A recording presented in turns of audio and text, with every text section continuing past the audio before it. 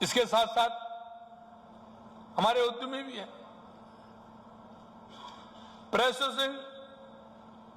Processing unit लगाने वाले हमारे से भाई भी हैं,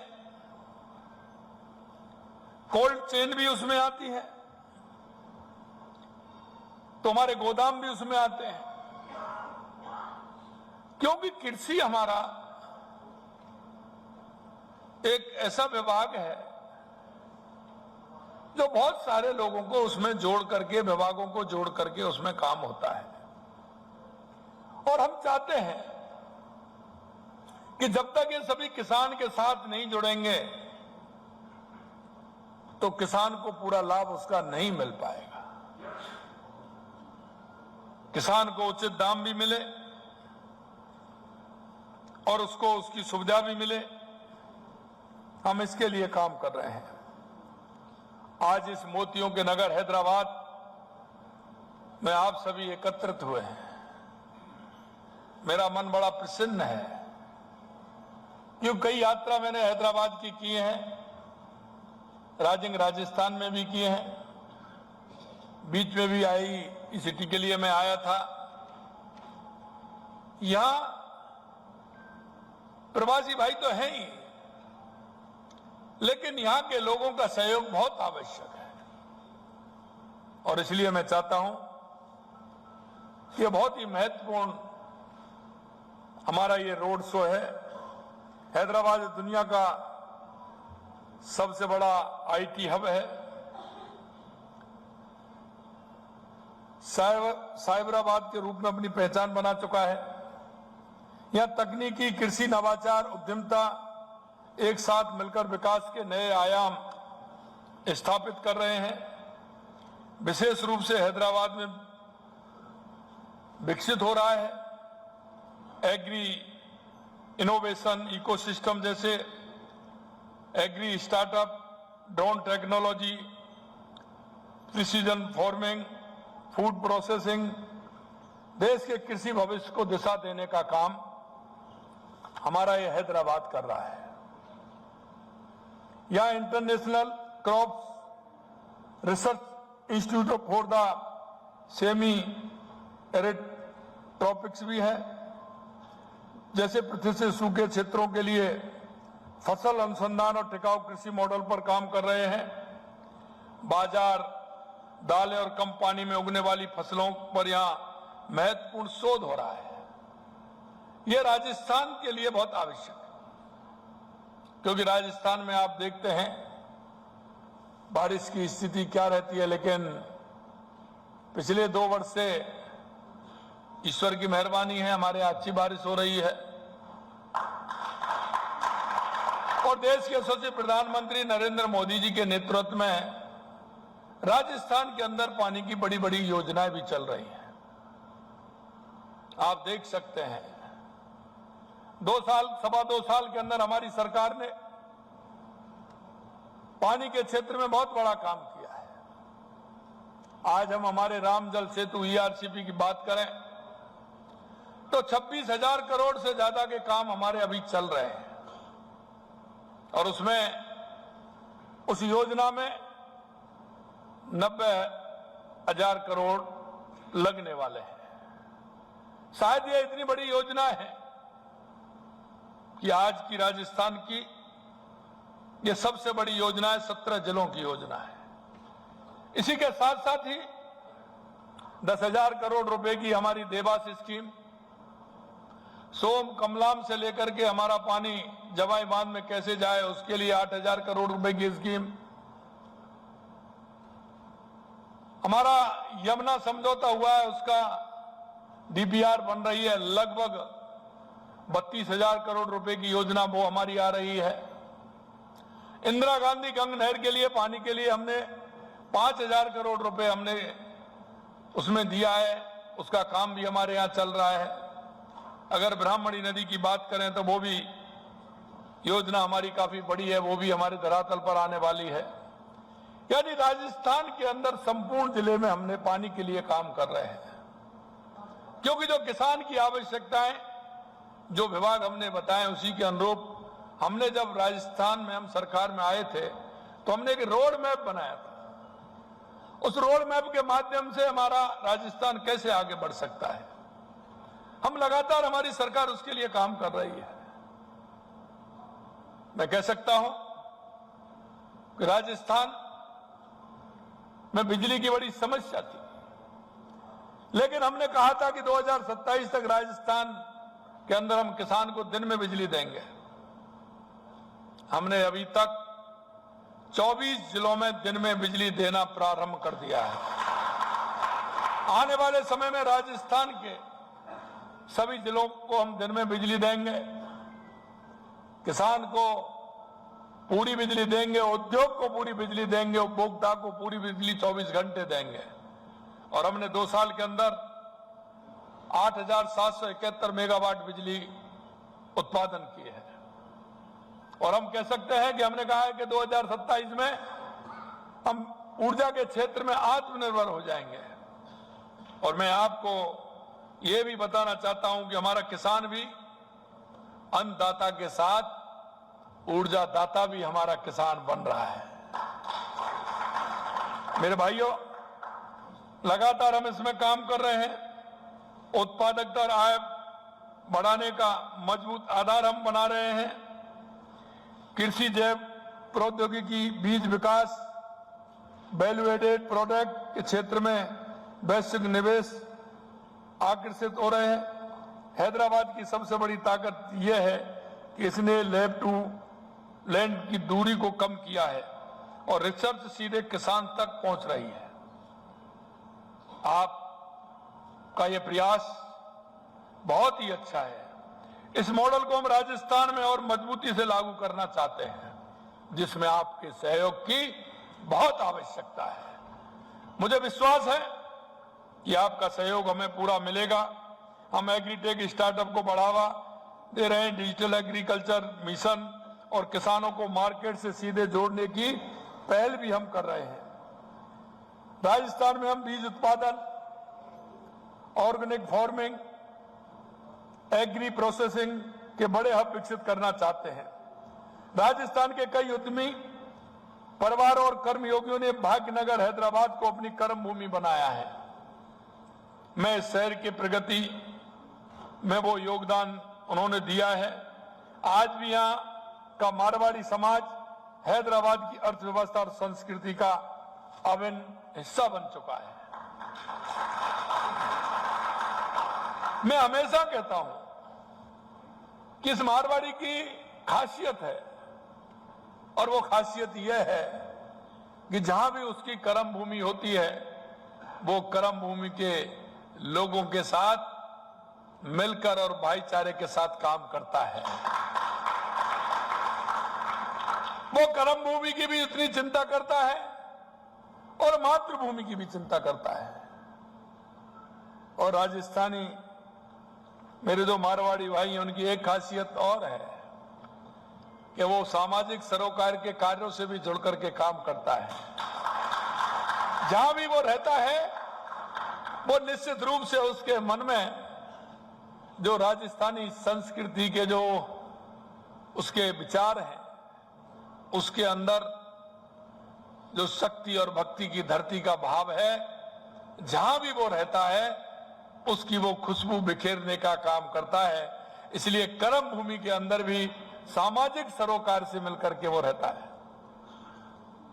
मेरे को खुशी होती है जहां भी मैं देश के अंदर या विदेश के अंदर मेरे मारवाड़ी भाइयों के साथ जब मेरी बातचीत होती है, मैं मां उनसे मिलता हूं, तो मेरा भाई कहीं ना कहीं किसी ना किसी सामाजिक सरोकार के कार्य से जुड़ा रहता है।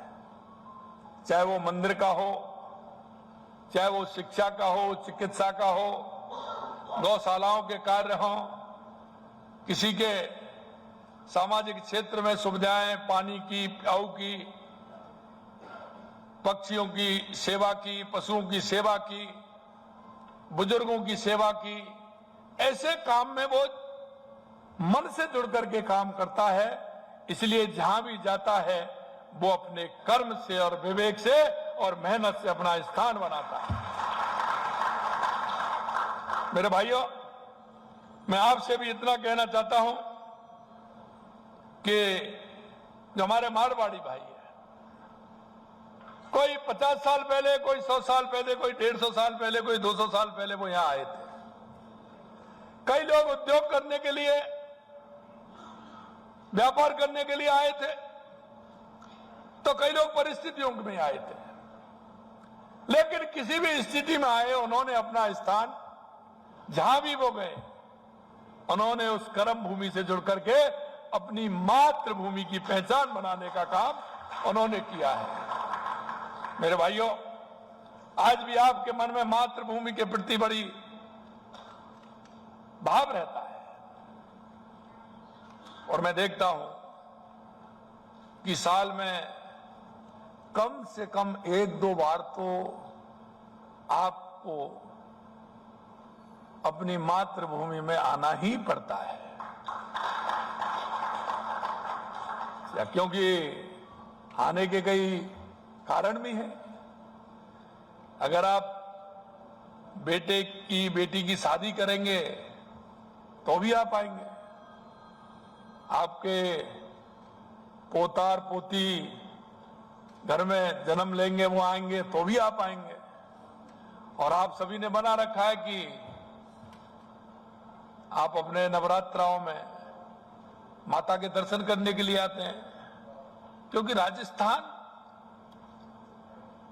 वो प्रदेश है जो अपनी संस्कृति से जो जुड़ा हुआ है उसको छोड़ता नहीं है, उसको खींचता है। इसलिए आप कोई खाटू श्याम जी के दर्शन करने आते हैं, तो कोई सालासर जी के दर्शन करने आते हैं, तो मेहंदीपुर वाला जी के दर्शन करने आते हैं, तो मां शाकंभरी के दर्शन करने आते हैं, कोई तनोट माता के दर्शन करने आता है, तो करणी माता के दर्शन करने आते हैं, कोई ब्रह्मा जी के दर्शन करने आते हैं, मां सावित्री के दर्शन करने आते हैं, मां गायत्री के दर्शन करने आते हैं, तो श्रीनाथ जी के भी दर्शन करने आते हैं। आपको कहीं ना कहीं आप जुड़े हुए हैं, और इसलिए मैं आपसे कहना चाहता हूं कि आप दोनों काम हो जाएंगे। आपका उद्योग भी होगा, उसकी देखभाल भी होगी, और आपके भगवान के भी दर्शन हो जाएंगे। इसलिए मैं आपसे कहना चाहता हूं कि आप किसी भी रूप में आए, अगर आपकी 1-2 यूनिट यहां लग रही हैं तो एक राजस्थान में भी लगाएं, ऐसा मैं आप सभी से आह्वान करना चाहता हूं। आप तकनीकी नवाचार और वैश्विक बाजार से जुड़े हैं। राजस्थान भी आज अपनी पारंपरिक खेती से आगे बढ़कर एग्रीटेक और डिजिटल फार्मिंग में आगे तेजी से बढ़ रहा है। राजस्थान की धरती अब सुनहरे अवसरों की भूमि बन चुकी है। इसलिए आपसे मेरा आग्रह है कि आप नई तकनीकी के आधार पर, नए विचारों के आधार पर पधारो हमारे देश। आप आइए, राजस्थान आपका स्वागत कर रहा है, आपका अभिनंदन कर रहा है। मित्रों, कृषि के क्षेत्र में आधुनिक तकनीक को विकसित भारत के निर्माण के लिए एक प्रमुख स्तंभ मानते हैं। खेती परंपरागत से स्मार्ट बनाने पर केंद्रित है। आय बढ़े, लागत कम हो, उत्पादन में सुधार हो। किसान हमारा शिक्षाविद, कृषि कंपनियों और नीति निर्माताओं एक मंच पर होंगे तो निश्चित रूप से हमारी खेती को आधुनिक तरीके से हम कर सकते हैं। और आज के समय में यह आवश्यक है कि हमें फायदा की खेती क्या है, जो किसान को उसमें बचत हो, तो उसके साथ साथ प्रोसेसिंग यूनिट लगे।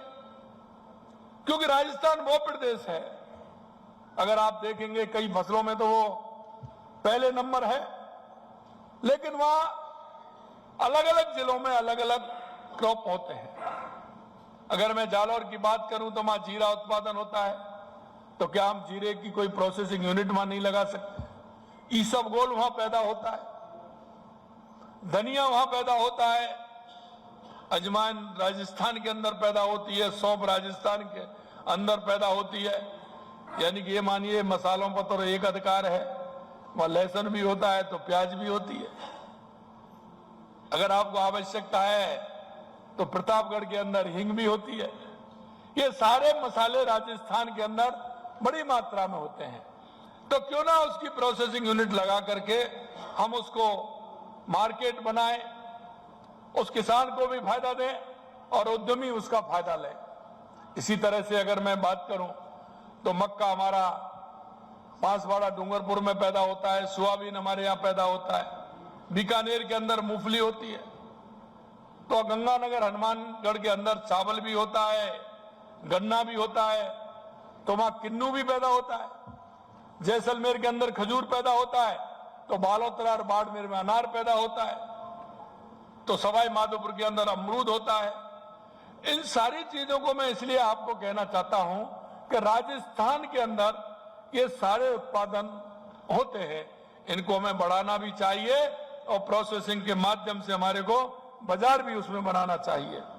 मेरे भाइयों बहनों, राजस्थान जैसा मैंने बताया बाजरा सबसे ज्यादा पहले नंबर पे है, सरसों में हम पहले नंबर पे हैं, तिलहन में हम पहले नंबर, जौ, ग्वार, ईसबगोल, जीरा उत्पादन प्रथम स्थान पर है। मूंग, मूंगफली, मेथी, लहसुन, सौंफ, सोयाबीन, चना, धनिया, अजवाइन का उत्पादन हमारे यहाँ अच्छा होता है। तो हमें चाहिए कि हम अपनी हिस्सेदारी उसमें कैसे बढ़ाएं। मेरा आप सभी से आग्रह है कि आप उसमें अपनी हिस्सेदारी बढ़ाएं। आप वह क्या कर सकते हैं, इस पर हमारे सभी माननीय मंत्री जी और हमारे अधिकारी आए हैं, उनके साथ आपकी लंबी चर्चा भी हुई होगी, कई एमओयू भी आपके हुए हैं। हम चाहते हैं कि आपको भी हम पूरी तरह से सुविधा दें, आप क्या हमसे चाहते हैं, और हमारे किसान को भी पूरी तरह से सुविधा दें। किसान के लिए भी लगातार हमारी सरकार काम कर रही है।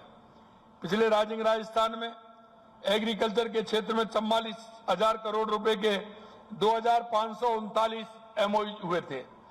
अब तक 751 एमओयू पूर्ण हो चुके हैं। 9,391 करोड़ रुपए के निवेश धरातल पर उतर चुका है। लगातार इसमें हम काम कर रहे हैं। आवश्यकता है राजस्थान में फूड प्रोसेसिंग की, कोल्ड चेन की, जैविक कृषि की, स्पाइस पार्क की, कृषि तकनीक में निवेश के अनेक अवसर उपलब्ध कराने की, सहयोग, सरलीकृत नीति, पारदर्शी प्रक्रियाएं प्रदान करने के लिए हमारी सरकार प्रतिबद्ध है। सौर ऊर्जा के अंदर काम हो रहा है। कृषि सौर ऊर्जा के माध्यम से नई शक्ति बन रही है। जैसा मैंने कहा, किसान हमारा अन्नदाता के साथ साथ ऊर्जा दाता भी बन रहा है। हमने 65,000 से अधिक सौर पंप संयंत्र स्थापित करवाए हैं। 2.25 साल में 1,000 करोड़ रुपए से अधिक का अनुदान हमने दिया है। बिजली, इसमें किसानों की बिजली लागत में भारी कमी आई है, कृषि उत्पादन में वृद्धि हुई है। Solar agri pump, cold storage, processing unit और सौर ऊर्जा के उपयोग की अपार संभावनाएं भी हैं। किसानों की आय बढ़ाने के लिए लगातार हम काम कर रहे हैं। बीज से बाजार तक आधुनिक तकनीकों को विविधीकरण और मूल्य संवर्धन पर ध्यान केंद्रित किया जा रहा है। लागत कम हो, कृषि की आय दोगुनी हो।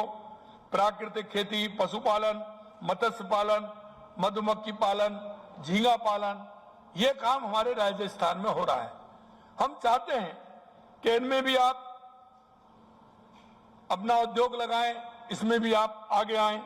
पीएम किसान सम्मान निधि योजना में लगातार हमारी सरकार काम कर रही है।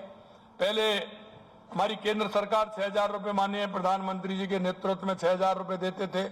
अब उन्हीं के नेतृत्व में हमने 6,000 को बढ़ा करके हमने 9,000 रुपए कर दिया है, जिससे किसानों को फायदा भी हो रहा है। एमएसपी का उत्पादन लागत को 1.5 गुना करने का ऐतिहासिक निर्णय हमने लिया है। पीएम फसल बीमा योजना, मृदा स्वास्थ्य कार्ड, ई नाम इसको हम कर रहे हैं। अन्नदाता को ऊर्जादाता बना रहे हैं। किसान सम्मान निधि जैसा मैंने आपको बताया, इसके साथ साथ हम किसान को गेहूं पर बोनस देने का भी काम कर रहे हैं। गौपालक कार्ड हमने बनाया है। मुख्यमंत्री मंगला पशु योजना के तहत पशुओं का बीमा कराया जा रहा है। इन सारे विषयों को मैं इसलिए कहना चाहता हूं कि हम चाहते हैं कि हमारा किसान आगे बढ़े और उसमें नई तकनीकी से काम करेगा तो हमारे किसान को बहुत अच्छे अवसर मिलेंगे। सही समय पर सही अवसर को पहचानना, उसी में सफलता की नई इबारत लिखी जाती है। क्योंकि हम समय पर अगर काम करते हैं, मजबूत इच्छा शक्ति अगर होगी तो निश्चित रूप से हमारा किसान और आगे बढ़ेगा। हम राजस्थान को दुनिया के एग्रीटेक इन्वेस्टमेंट डेस्टिनेशन के रूप में तैयार कर चुके हैं। अब राजस्थान में आपका निवेश एवं ऐसी साझेदारी होगी जहां सरकार आपके साथ खड़ी मिलेगी। और मैं इसलिए कहना चाहता हूं, आप आइए, राजस्थान के अंदर किसी भी क्षेत्र में आप अपना जो काम करना चाहते हैं, पिछली बार भी मैंने कहा था आपको कि जहां आपकी आवश्यकता है, जिस क्षेत्र में आपका अनुभव है, आप जो चाहते हैं कि इस क्षेत्र में मेरा अनुभव है, राजस्थान के अंदर मैं करना चाहता हूं, आप आइए राजस्थान के अंदर करिए। राजस्थान बहुत पोटेंशियल है, राजस्थान में आवश्यकता भी है, आप अनेक क्षेत्रों में काम कर सकते हैं। ये कृषि का क्षेत्र मैंने बताया, आप देख सकते हैं पर्यटन के क्षेत्र में भी राजस्थान पहले नंबर है। आप क्या करना चाहते हैं उसमें भी करिए। आप उद्योग के क्षेत्र में क्या करना चाहते हैं, लगातार हमारी सरकार उसके लिए काम कर रही है। और आप देखते हो कि राजस्थान ऐसा प्रदेश है जहां अगर आप जाओगे तो कई चीज देख करके आओगे। किसी दूसरे प्रदेश में जाओगे तो एक टिकट में एक फिल्म देख करके आओगे, और राजस्थान में आओगे तो एक टिकट में कई फिल्म देख करके आएंगे। क्योंकि राजस्थान एक ऐसा प्रदेश है कि जहां डेजर्ट भी है तो झीलें भी है, झीलें हैं तो अभ्यारण्य भी है, बर्ड सेंचुरी भी है, बड़े बड़े किले हैं, बड़े बड़े महल हैं, शेखावाटी की हवेलियां हैं। आप आओगे तो राजस्थान में आपको सब कुछ देखने को मिलेगा। और इसलिए मैं कहता हूं कि देश के अंदर सबसे ज्यादा पर्यटक आते हैं तो वो राजस्थान के अंदर आते हैं। आज हमें सभी क्षेत्रों में काम करना है। आप सभी आइए, जहां आप अपना जिस क्षेत्र में आपका अनुभव है, आप आइए राजस्थान के अंदर काम करिए। फिर से मैं कहता हूं कि आप राजस्थान आओगे तो निश्चित रूप से आप कर्म भूमि के साथ साथ अपनी मातृभूमि को भी एक अपने जो आपके मन में भाव उसके प्रति रहता है उसको पूरा कर पाएंगे। आप सभी इतनी बड़ी संख्या में यहाँ आए हैं। मैं आज क्योंकि मुझे बंगाल जाना है, अभी कल का हमारा शपथ ग्रहण समारोह है वहां, और अभी अभी मेरे को बता रहे थे नेता का चुनाव हो गया, आ गया नेता का चुनाव हो गया ना, अभी आ गया ना, आज हमारे नेता का चुनाव भी वहां हो गया है। इसलिए कल का शपथ ग्रहण समारोह है और आप सभी को उसकी शुभकामनाएं भी देता हूं। और क्योंकि राजस्थान के जो हमारे भाई बहनें हैं वो हमेशा जिस विचार से आते हैं, क्योंकि राजस्थान शक्ति और भक्ति की धरती है, वो महाराणा प्रताप की धरती है, महाराजा सूरजमल की धरती है, त्याग की मूर्ति मां पन्नाधाय की धरती है, भक्ति की मूर्ति मीराबाई की धरती है।